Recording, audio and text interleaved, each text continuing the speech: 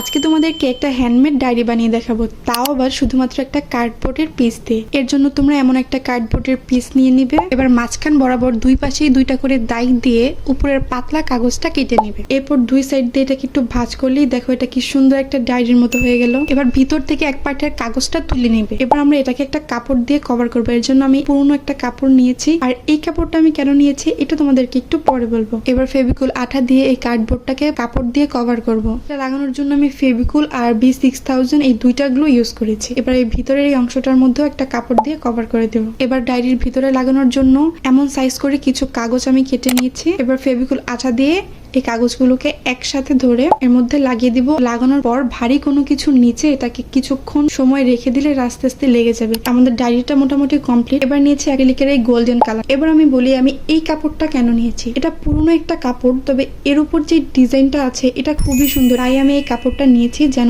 এই নকশাটাকে আমি আবার কালার করে ফুটিয়ে তুলতে পারি।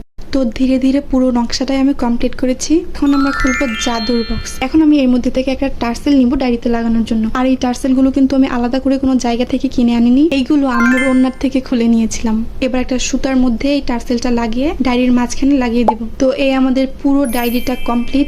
আমার কাছে তো আমার এই ডায়েরিটা বেশ ভালো লেগেছে। তোমাদের কাছে কেমন লেগেছে অবশ্যই জানাবে।